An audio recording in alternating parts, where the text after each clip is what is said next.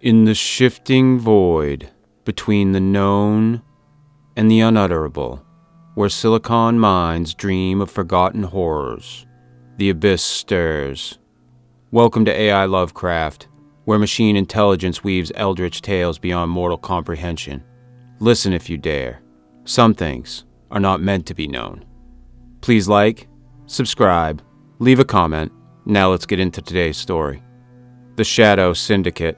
In the labyrinthine heart of Boston, where the Charles River's brackish waters mirrored the sodium glow of skyscrapers, a subtle fracture in the city's polished veneer drew the attention of Eliza Marrow. A tenacious investigative journalist for the Boston Clarion, Eliza had a reputation for unearthing truths others preferred buried. Her latest obsession began with a cryptic email from an anonymous source, a jittery intern at NeuroKey Solutions, a biotech startup cloaked in Silicon Valley mystique. The intern described clandestine midnight gatherings atop the Prudential Center, where Boston's elite, CEOs, senators, tech magnates, slipped past security to convene in a locked boardroom. Overheard fragments haunted the message: Silver Key, the Gate, the Sleeper. Days later, the intern's desk was empty, his digital footprint erased as if he'd never existed. Eliza's instincts screamed conspiracy. Digging through public records and dark web forums, she uncovered a chilling pattern. Over the past year, 5 prominent figures, a biotech tycoon, a city councilor, a university dean, a hedge fund manager, and a federal judge, had either vanished without trace or descended into raving madness. Their ramblings, briefly leaked before being suppressed, spoke of eyes in the void and a key that unlocks the stars. Official reports blamed stress or addiction, but Eliza found their names linked in metadata to a defunct 19th century fraternal order, the Syndicate of the Silver Key. Long dismissed as a quirky relic of Boston's occult-obsessed Gilded Age, the Syndicate's name now surfaced in encrypted chat logs, shell companies, and most disturbingly, NeuroKey Solutions. NeuroKey was Boston's darling, led by Julian Varnholt, a tech mogul whose TED Talks on neural enhancement drew millions of views. Charismatic, with a smile that disarmed, and eyes that seemed to see too much, Varnholt preached a future where humanity could transcend its limits through his company's neural implants and an exclusive app, KeyMind. The app, invitation only and locked behind military-grade encryption, promised mental clarity and focus. Eliza's attempt to reverse engineer its code hit dead ends, but a late-night break-in at NeuroKey's headquarters, enabled by a bribed security guard, revealed a horror that seared her mind. Behind a false wall in Varnholt's office, she found a mural, a grotesque depiction of an entity with writhing limbs, its countless eyes like shattered constellations pulsing with an otherworldly light. The image invaded her dreams, where a voice whispered, "You were always meant to see." Sleep became a battleground. Night after night, Eliza woke gasping, her notebook filled with sketches she didn't recall drawing, spirals, keys, and those eyes. Her research intensified, driven by a compulsion she couldn't name. A stolen cloud file leaked by a whistleblower contained a 19th century diary penned by one Erasmus Varnholt, Julian's ancestor and a founding member of the Syndicate. Its pages described the Syndicate's true purpose: to worship Etherion, the Keybearer, a cosmic entity that slumbered beyond the veil of reality. The diary spoke of a ritual, the opening of the gate, that would awaken Etherion, granting its followers dominion over a reshaped world, or annihilation if they failed. The final entry chilled her. The key is not an object, but a mind.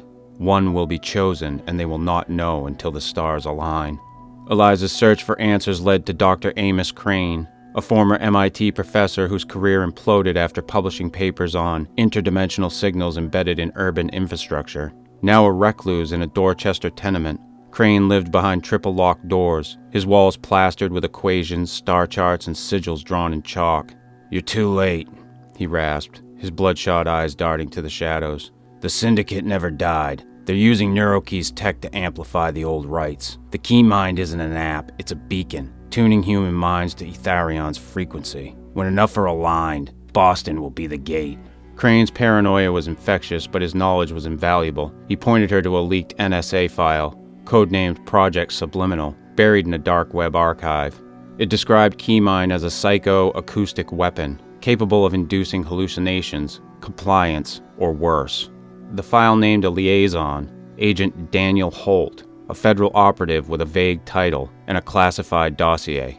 Eliza tracked Holt to a nondescript federal building in Government Center. Lean and sharp-featured, Holt exuded the calm menace of a man accustomed to secrets. "You're chasing ghosts, Miss Marrow," he said, his voice smooth but laced with warning.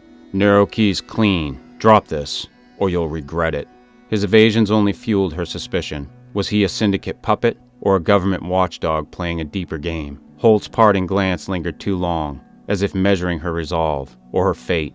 The conspiracy widened. Eliza uncovered NeuroKey's ties to shell companies funding urban renewal projects, specifically the restoration of Boston's abandoned subway tunnels. Old maps showed these tunnels converging beneath the city in patterns that mirrored the sigils in Crane's apartment. Meanwhile, Varnholt announced a citywide neural sync event, a free trial of Keymind to unite Boston's consciousness during a rare planetary alignment. The announcement coincided with a surge in bizarre incidents. Commuters reported hearing whispers in their earbuds, and hospital ERs filled with patients suffering inexplicable seizures, their EEGs showing patterns Crane identified as Etherion's signature. Eliza's nightmares grew vivid, showing Boston consumed by a tear in reality, Etherion's tendrils spilling through a sky of molten stars. Worse, she began to doubt her own mind. Friends called her obsessed. Her editor, under pressure from corporate advertisers, threatened to fire her. She found notes in her handwriting she didn't remember writing. "The key is in you." Had the Syndicate marked her? Or was she, as Crane feared, a vessel for their god's will? Her apartment became a fortress of coffee cups and conspiracy boards, its windows taped shut against the sense of being watched. Crane, now teetering on madness, urged her to investigate the tunnels. Armed with his hand-drawn maps, Eliza descended into Boston's underbelly, where forgotten subway lines dripped with condensation and rust. Her flashlight caught glimpses of carved symbols that pulsed with an unnatural light, their geometry defying Euclidean logic. In a cavernous chamber, she found an altar ringed by robed figures, their faces obscured by silver masks. At the center stood Varnholt, holding a key-shaped artifact that seemed to writhe in his grip. The air thrummed with a chant that made her ears bleed, each syllable twisting her thoughts. Before she could act, alarms blared. Holt's men or the Syndicate's. She fled through the collapsing tunnels, pursued by footsteps and whispers that seemed to emanate from her own skull. Back above ground, Crane offered a desperate plan: disrupt the NeuroSync broadcast by hacking NeuroKey's servers. He provided a USB drive with a virus he'd designed to scramble Keymind's signal, but his hands trembled as he warned. "If you fail, Etherion will wake, and if you succeed, they'll never stop hunting you." Eliza hesitated to trust Holt, whose cryptic voicemails hinted at surveillance. "You're not the only one watching them, Marrow." But time was running out. The NeuroSync event loomed, and Boston buzzed with an eerie anticipation, its citizens downloading Keymind in droves. On the night of the event, Eliza infiltrated NeuroKey's data center, a sterile fortress of blinking servers. As she uploaded Crane's virus, Varnholt's voice cracked over the intercom. "You cannot stop the inevitable, Eliza. Etherion sees you." The screens flickered, displaying the mural's entity, its eyes locking with hers. Her vision swam, and for a moment she felt the cosmos tilt, a vast, alien intelligence brushing her mind, its weight crushing her sense of self. Memories surfaced unbidden, childhood nightmares of a silver key, her mother's unexplained disappearance, a family tree with names tied to the Syndicate. Was she chosen, as the diary claimed? The virus worked. Keymind crashed. The broadcast cut off. Boston awoke the next day, oblivious to the abyss it had skirted. Varnholt vanished. NeuroKey's offices were gutted overnight, and Project Subliminal disappeared from the leaks. Eliza published her story, but it was buried under a deluge of debunkings, labeled the ravings of a disgraced journalist. Her career in tatters, she learned Crane had been found dead in a fire that spared his sigil-covered walls. Holt, too, was gone, his office reassigned. Yet the horror lingered. Eliza's dreams never stopped, each one showing Etherion's eyes growing closer. The diary's final page, which she kept hidden, burned in her mind. The keybearer never sleeps. It waits, and its chosen will open the gate again. In Boston's gleaming towers, new apps arose, their interfaces eerily familiar. Midnight meetings resumed, their attendees cloaked in fresh disguises. Eliza watched from the shadows, her pen trembling, knowing the truth. Humanity's dominion was a fleeting illusion, and the stars were always watching. In her quiet moments, she felt the weight of unseen eyes, and heard the faint, persistent whisper,